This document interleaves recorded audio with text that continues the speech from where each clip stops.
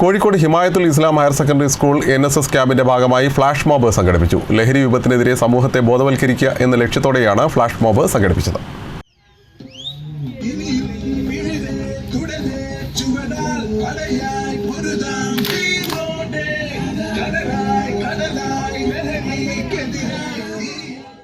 ലഹരി വിപത്തിനെതിരെ സമൂഹത്തെ ബോധവൽക്കരിക്കുക എന്ന ലക്ഷ്യത്തോടെ Kozhikode Himayathul Islam higher secondary school NSS യൂണിറ്റിന്റെ നേതൃത്വത്തിലാണ് ഫ്ലാഷ് മോബ് സംഘടിപ്പിച്ചത്. കേരള സർക്കാർ പൊതുവിദ്യാഭ്യാസ വകുപ്പ് ഹയർ സെക്കൻഡറി നാഷണൽ സർവീസ് സ്കീമിന് കീഴിൽ സംഘടിപ്പിക്കുന്ന സപ്തദിന സഹവാസ ക്യാമ്പിന്റെ ഭാഗമായാണ് പരിപാടി സംഘടിപ്പിച്ചത്. ഇനിയുമൊഴുകും മാനവ സൗഹൃദത്തിന് ജീവവാഹിനിയായി എന്ന പ്രമേയത്തിൽ ഡിസംബർ 26-ന് കോഴിക്കോട് തിരുവണ്ണൂർ ഗവൺമെൻറ് UP സ്കൂളിലാണ് ക്യാമ്പ് ആരംഭിച്ചത്.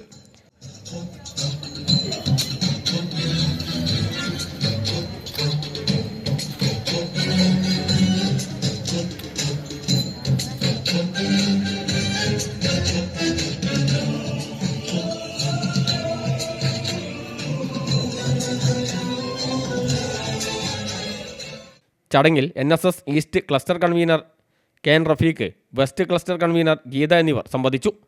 Himayathul Islam higher secondary school principal TT Muhammad Basheer, NSS programme officer CT Fathima, അധ്യാപകരായ രജനി, ലുബ്ന, നജീബ്, സർഷാർ അലി എന്നിവരും രക്ഷിതാക്കളും സംബന്ധിച്ചു.